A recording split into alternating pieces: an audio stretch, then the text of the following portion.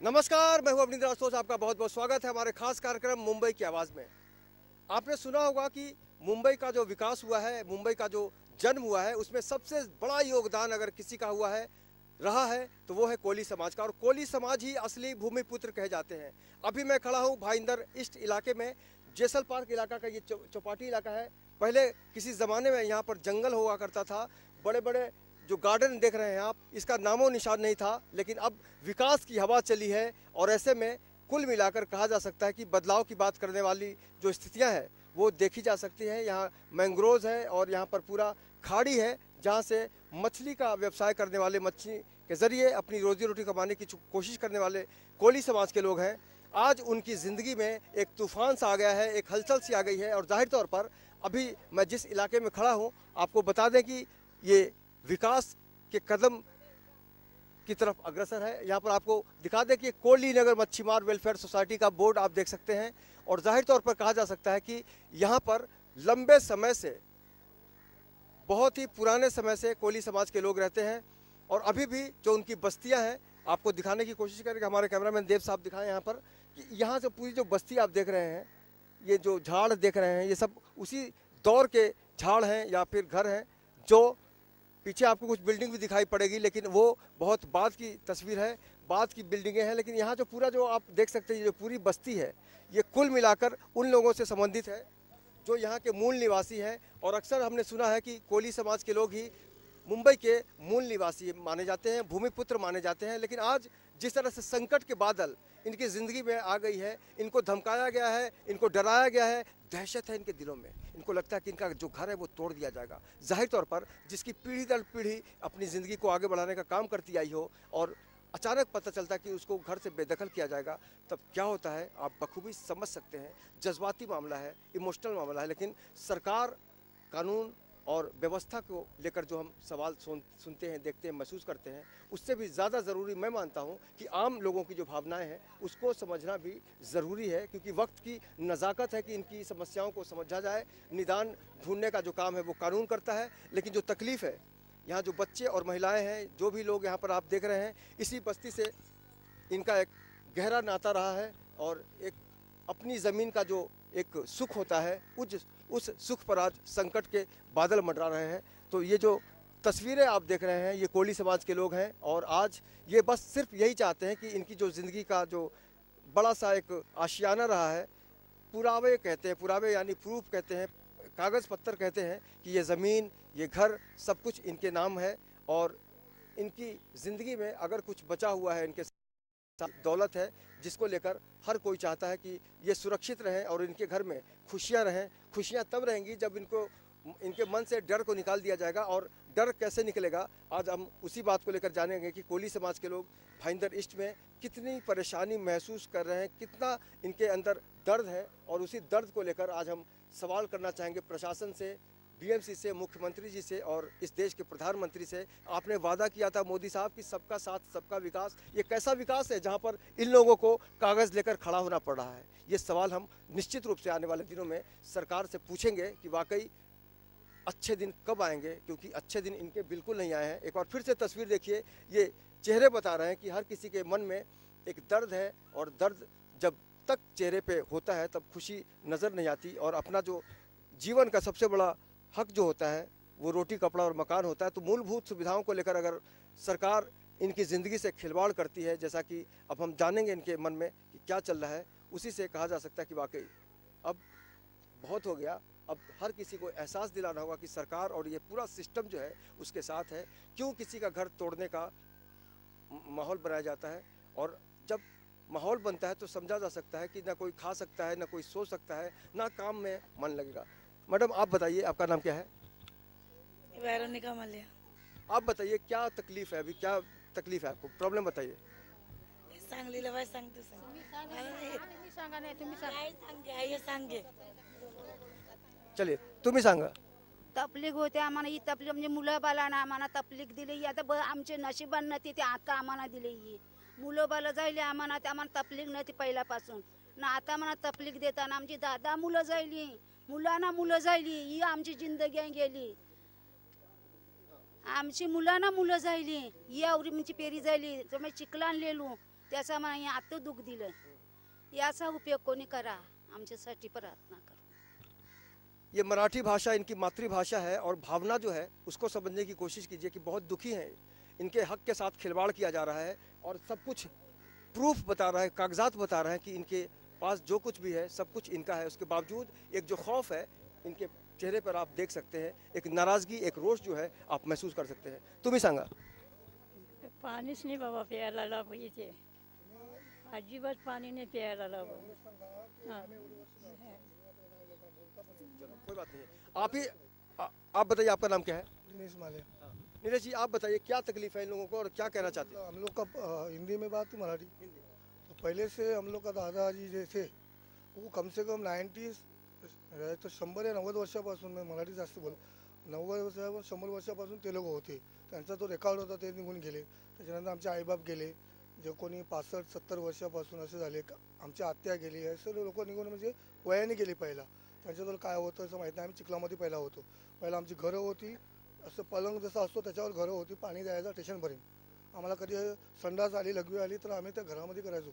भले जेन असतो, लेडीज असतो, त्याच्यामध्ये असं आम्ही उपचार करायचो. त्याच्यानंतर जी कार्य म्हणजे ती एरिया आली, जसल पाक आला, RMP पाक आला, तेव्हा म्हणजे आम्हाला पहिला ते काहीशी गव्हर्नमेंट याचं काही असं सरकारी असं काय मला ते काही हे नव्हतं, प्रूफ नव्हता.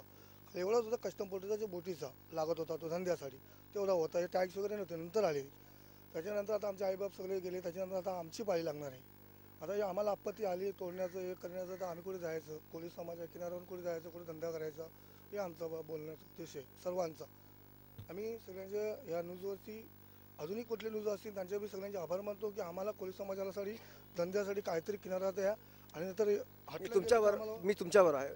इनका कहना साफ साफ है कि 100 साल का जो अरसा है इनका रहा है और इनकी जो मूलभूत सुविधाएं हैं उसको आज लेकर ये खतरा महसूस कर रहे हैं. और इनका साफ साफ कहना है कि अगर हमें उजाड़ने की कोशिश की जाएगी तो हम कहाँ जाएंगे, रोजी रोटी का क्या होगा. और हर किसी के चेहरे पर एक सवाल है, दर्द और जो खौफ है उसके बीच का जो सिचुएशन होता है उसको हम जानने की कोशिश कर रहे हैं. सर आपसे जानना चाहेंगे कि ये जो पूरा मामला सामने आया है इसको आप किस तरह से देखते हैं, क्योंकि कोली समाज भूमिपुत्र, असली भूमिपुत्र माने जाते हैं. बराबर. यहाँ के जो लोग हैं पीढ़ी पीढ़ी से यहाँ रह रहे हैं और यहाँ पर जब कुछ कोई पार्क नहीं था, ना जसल पार्क ना RMP पार्क, कोई कुछ नहीं था यहाँ पर. जब यहाँ पर ग्राम पंचायत बनी तब से इन लोग के पास जितने प्रूफ होने चाहिए 88 से 89 से सब प्रूफ इनके पास है. और यहाँ पर इन्होंने ऐसे दिन निकाले जब पानी नहीं था. ये थे पानी नाई गांव से डोंगरी करके गांव है चकली डोंगर, वहाँ से लोग बोट से पानी लाते थे. और ये लोगों ने उनके घर जो नारियल के पत्ते के घर थे, जो ये लोग ऐसा ऊँचे बम्बू बांध के रहते थे, तब से ये पूरा परिसर एक खाड़ी का परिसर था.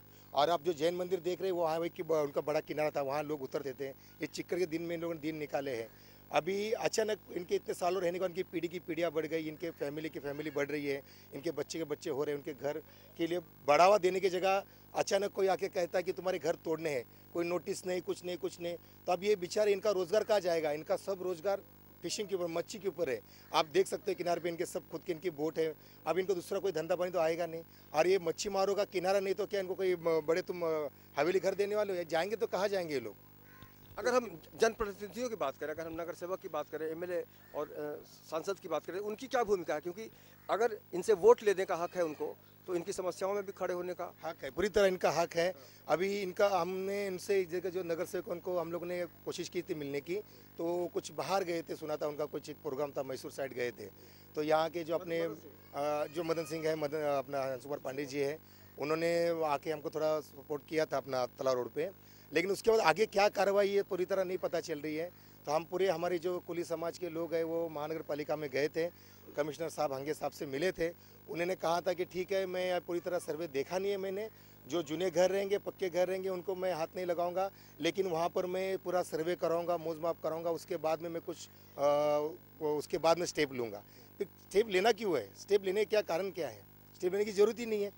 जब यहाँ के जूने लोग हैं, ये रास्ते उन्होंने यहाँ से बनाए आने जाने के, ये बंदर था, ये पूरा जंगल था.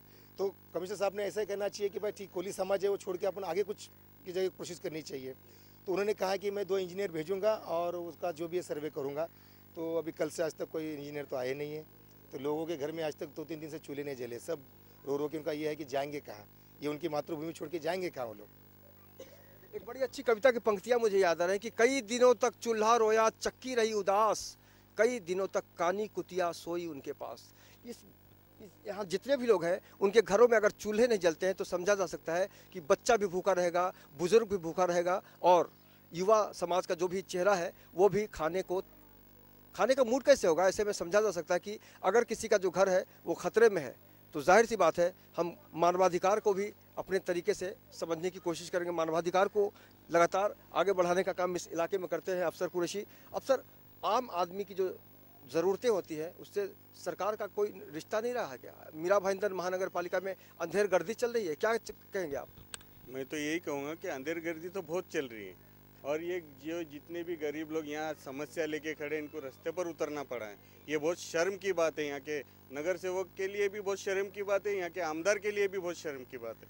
और जितना जैसा कि वोट लेने के लिए घर घर आमदार के आदमी या नगर सेवक के आदमी या नगर सेवक खुद आता है, अपने वोट लेने के लिए घर घर पोहोचता है, ताई आम्हाला वोट द्या, बाबा आम्हाला वोट द्या।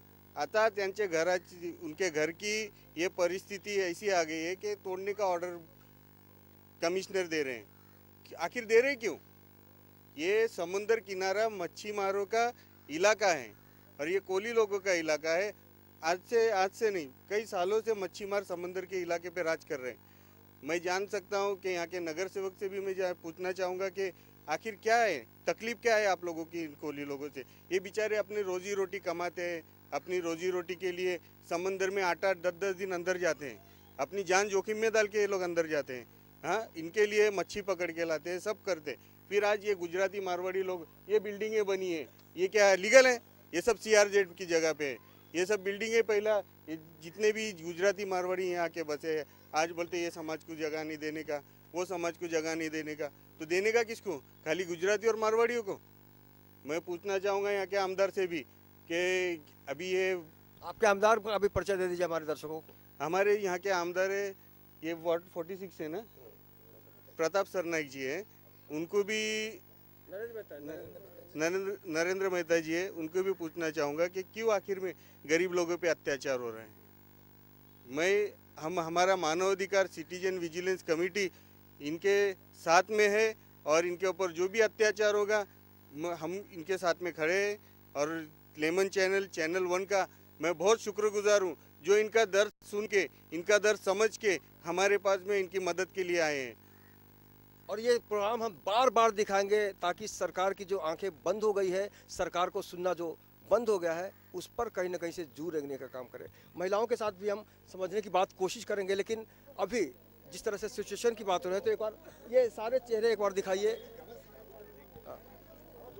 तो महिलाओं को सबसे बड़ी जिम्मेदारी महिलाओं की होती है कि घर को किस तरह संभालने का काम करें, और ये सारे लोग जो हैं इनका भी दर्द हम समझने की कोशिश करेंगे। लेकिन सबसे अहम है कि इस शहर के जो मूल निवासी माने जाते हैं, भूमिपुत्र कहे जाते हैं, उनकी ज़िंदगी में खुशियां कब आएंगी, इन औरतों के पास हम आएंगे। लेकिन फिलहाल वक्त हो गया है एक छोटे से ब्रेक का।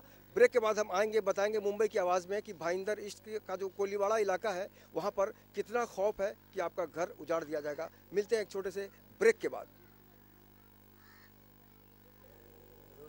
ब्रेक के बाद आपका बहुत बहुत स्वागत है। आप देख रहे हैं मुंबई की आवाज़। आज मैं बात कर रहा हूँ भाईंदर ईस्ट में कोलीवाड़ा समाज की उस समस्या की जो बहुत ही ज़्यादा दुखदाई है, क्योंकि एक लंबा जो सफ़र रहा है इनकी ज़िंदगी का, उसका हिस्सा अब बिल्कुल ठहराव महसूस कर रहा है, क्योंकि इनको धमकी दी गई है कि आपकी बस्ती तोड़ दी जाएगी। विकास की बात की जा रही है और बदलाव की बात की जा रही है, लेकिन ये लोग कहाँ जाएंगे, ये प्रश्न बना हुआ है। और जब आम आदमी परेशान होता है तो समाज भी परेशान होता है, और उसका जो असर है, अभी थोड़ी देर पहले हमने बताया आपको कि इनके घरों में चूल्हे नहीं जले हैं। इस बात को आप समझिएगा और जो मर्म है, जो दर्द है, उसको भी फील कीजिएगा। आप बताइए आपकी क्या समस्या है अभी, क्या कितनी परेशानी? घर में चूल्हा नहीं जलता? चूल्हा नहीं जलता है, हमारा बच्चा भी खाना खाने को दिल नहीं करता, स्कूल में जाने के लिए भी मना करता है। हमारा अभी इतना साल 100 साल से ऊपर हो गया, हमारा साल ये होगा। अभी मच्छी बंद करने का वो भी बोल रहा है, हम लोग खाएगा क्या, पिएगा क्या, जाएगा किधर? हमारा धंधा भी अभी जिधर वो डूबता है, आदमी डूबता है, ये डूबता है, सब हमारा लड़का लोग, हमारा आदमी लोग, वो भी सब मदद करता है, वो लोग के लिए सब मदद करता है, वो लोग हमारे को साथ नहीं देता है। हम लोग जाएगा किधर, क्या करेगा? हमारा धंधा क्या वही है। हम लोग को भी 40-45 हम लोग को बच्चे लोग को होगा, तो हमारा माँ बाप को, मेरे पिताजी को कितना साल हो जाए होगा। हाँ, अभी इतना साल से हम लोग इधर रह रहे हैं, उधर कुछ नहीं था, इधर कीचड़ था, कीचड़ से इतना कीचड़ से हम लोग पानी से स्टेशन से मीरा रोड दहीसर उमेला उधर से ट्रेन से हम लोग पानी लेके आता था। तभी से हम लोग को परेशानी पानी, वो बिल्डिंग बनने के वजह से हम लोग चोरी चोरी करके रात को पानी बिल्डिंग से खड्डे से चोरी चोरी पानी करके लेके था। पानी का भी हम लोग को इतना तकलीफ था, हमें बोट से पानी खेती में से पानी लेके आता था हम लोग, इतना परेशानी था इतना इधर। तभी से कोई नहीं था इधर ना, अभी ये अभी हम लोग को तकलीफ दे रहा है। आप क्या चाहते हैं, सरकार से क्या चाहते हैं? अभी सरकार के चाहिए कि हम लोग को इतना तकलीफ मत दो, हम लोग को तकलीफ जैसा हम लोग पहले से रह रहा हूँ ऐसा रहना ही मांगते हैं हम लोग को बस। ये बड़ी नॉर्मल सी बात है कि पहले की तरह हमें रहने दिया जाए, क्योंकि हमारा पूरा युग यहाँ से गुजरा है, पीढ़ी दर पीढ़ी की बात हो रही है। आप बताइए कितनी परेशानी है? इधर तो बहुत परेशानी है, इतनी परेशानी दी है कि नए दिन में सोने को जाता है तो नींद आता है, रात में सोने को जाता है तो नींद आता है। इधर हमारे माँ बाप का जिंदगी गया है, कीचड़ था पूरा, इधर नहीं पानी मिलता था नहीं कुछ मिलता था। इधर से कीचड़ से हम लोग स्टेशन पे जाता था, स्टेशन तक पूरा पानी ही पानी था। अभी इधर आया है, बोलता है घर हटाओ ये हटाओ, किधर हटेगा किधर जाएगा, हम धंधा किधर करेगा। आपके पास तो पेपर भी है, फिर भी कहते हैं? फिर भी करते हैं, ना नोटिस लगा ना कुछ लगा, बोलता है घर तोड़ने का, कैसा तोड़ेगा घर। अभी हमारे पास एक आई कार्ड है जिस पर लिखा है सागर तट रक्षक दल सदस्य हैं। इसको नवघर पुलिस स्टेशन थाने ग्रामीण की तरफ से जारी किया गया है। डेनिस वालेतीन माल्या कोली नगर जैसल पार्क भाईंदरपुर 1 जनवरी 2015 को इसको जारी किया है, 2017 तक इसका वैल्यू है। तो कुल मिलाकर सरकारी तंत्र की तरफ से, सिस्टम की तरफ से ये जारी किया जाता है। आप इधर आइए, ये आई कार्ड आपका है, ये कब से आप यूज़ कर रहे हैं इसको? आप तो बहुत सेवा करते होंगे तभी ये मिलता है। हाँ, बहुत सालों से है, दिया हुआ है, एक साल बदली होता है, तो अभी ये 2 साल का दिया है लगता है। तो इसका ज़्यादा पूर्व मेन बड़े भाई के पास है, अध्यक्ष हैं इसके। तो हम लोग कभी भी रात को कुछ हुआ तो हम लोग धंधे पे जाने का हुआ तो धंधे पे नहीं जाते हैं, पहले उस काम के लिए जाते हैं जो उसका किसका मृत्यु हुआ, किस पानी में गिरा है, कुछ क्या हुआ है, किसका पुलिस का लाइफ गार्ड की भूमिका भी निभाने की कोशिश करते हैं। अगर समंदर में कोई हादसा होता है तो बगैर किसी से इजाजत लिए सीधा जाते हैं, बचाने की कोशिश करते हैं। आप बताइए, आप कितने प्रॉब्लम में है, क्या प्रॉब्लम है? वो हमारा ससुर का ससुर होता, उसका उधर जन्म हुआ है, मेरे ससुर का जन्म हुआ इधर ही, हमारा आदमी का भी जन्म हुआ इधर से बहुत तकलीफ है। वो पानी का भी, वो कीचड़ में जाता था, वो नीचे से वो छावले का झोपड़ी था, नीचे से पानी, उधर हम लोग सब ये करता था। वो लोग आता है आएगा बोलता है कि वो तुम हटाते हो कैसा, हम किधर जाएगा हम लोग, हमारा बाल बच्चे को कुछ मांगता है ना, तुम बोलेगा कि हटाओ तो हम लोग किधर जाएगा, हम लोग बाल बच्चा किधर पढ़ाई करेगा, बाल बच्चा किधर जाएगा, किधर पढ़ाई करेगा, ये अहम सवाल है। इस सिचुएशन में अगर कहा जाता है कि सबका साथ सबका विकास, तो हमें समझ में नहीं आता कि विकास की बात क्यों की जाती है, क्योंकि हर कोई सवाल लिए खड़ा हुआ है। सर, आप किस तरह से इसके प्रॉब्लम को देखते हैं, और क्या आपको लगता है कि सबका साथ सबका विकास करने वाली जो बात करने वाली सरकार है वो इनके पक्ष में खड़ा हो पाएगी? इनके पक्ष में खड़ा होना चाहिए। बिकॉज मैं एक ही बात पूछना चाहूँगा, ये कोली समाज है, ये दरिया के ऊपर राज करते हैं, और अपने माननीय आयुक्त अच्युत हंगे साहब को भी मालूम होगा कि खाली मीरा भाईंदर नहीं, वर्ली, मुमरा, कलवा, अगर आप पुराना इतिहास भी देखोगे तो ये स्थानिक लोग हैं।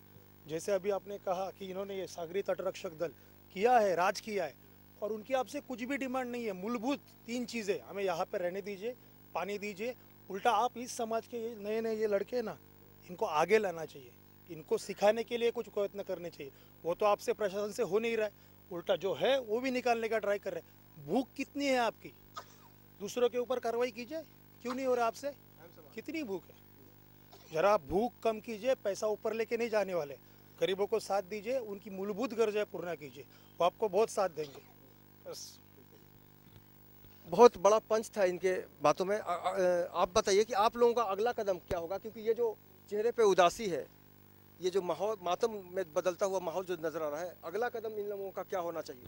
पहला तो हम तो सरकार से भी यही सवाल करेंगे, ये गरीबों को अपनी जगह से नहीं हटाया जाए। और दूसरी बात, हम मानवाधिकार के लोग इनके साथ हमेशा थे, हमेशा है और हमेशा रहेंगे। हम इनके लिए जो भी लड़ाई लड़ना है हम लड़ेंगे, कानूनी लड़ाई लड़ना है हम लड़ेंगे, हमारे वकील लड़ेंगे, हमारे साथ में जितने जजेस है वो सब इनके लिए लड़ेंगे।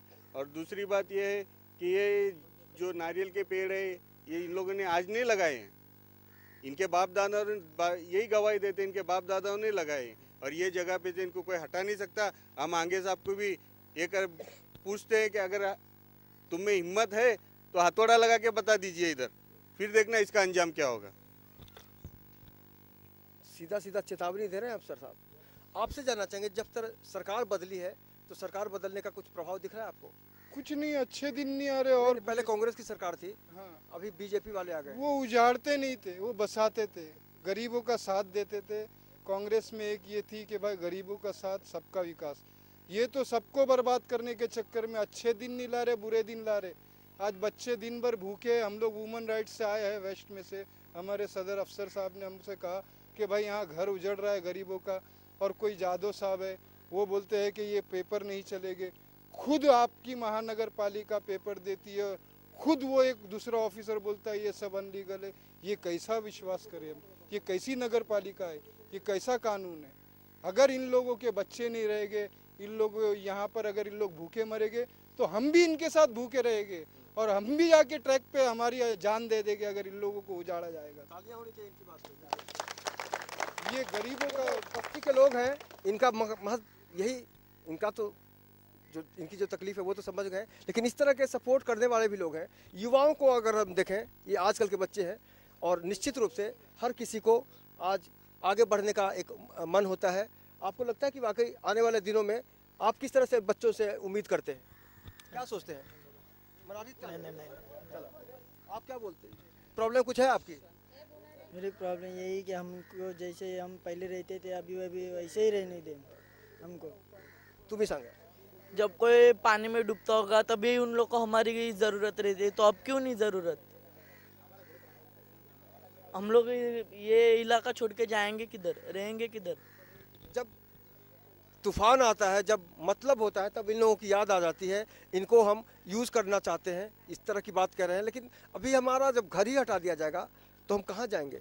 इस तरह से जब घर बार में क्या बच्चों की अगर स्थिति हम पूछे तो क्या बच्चे क्या पूछते हैं आपसे?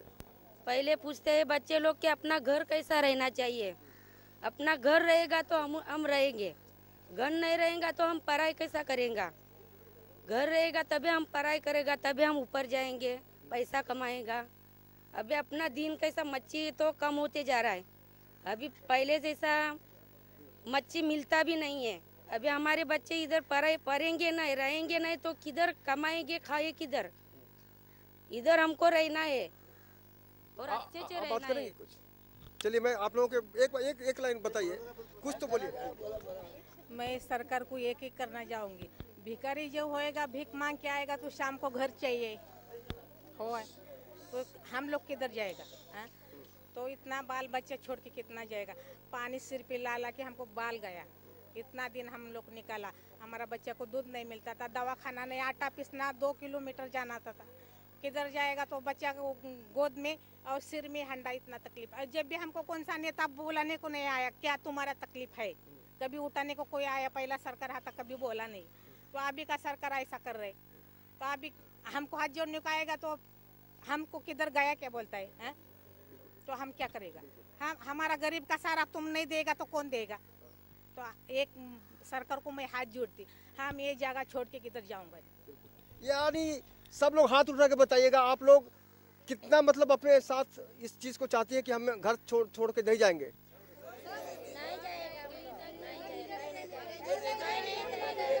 तो हर कोई चाहता है कि ये सलामत रहे, सुरक्षित रहे और इनकी जो ज़रूरतें हैं, घर की जो ज़रूरत होती है, जो ज़रूरतें हैं, उसको समझ के वक्त की ज़रूरत यही है कि इनका जो घर है वो सुरक्षित रहे, ताकि घर का जो एक सपना होता है वो सपना तभी पूरा होता है जब आपका घर बिल्कुल तटस्थ रहता है, सुरक्षित रहता है। और हम उम्मीद करेंगे कि वाकई प्रशासन, सरकार और जो भी यहाँ के जनप्रतिनिधि हैं, इनकी भावनाओं को, इनकी समस्याओं को गंभीरता से ले, वरना आने वाले चुनाव में इनकी जो शक्ति है, इनकी जो ताकत है, उसके ज़रिए आपको ये अपना रिएक्शन देंगे।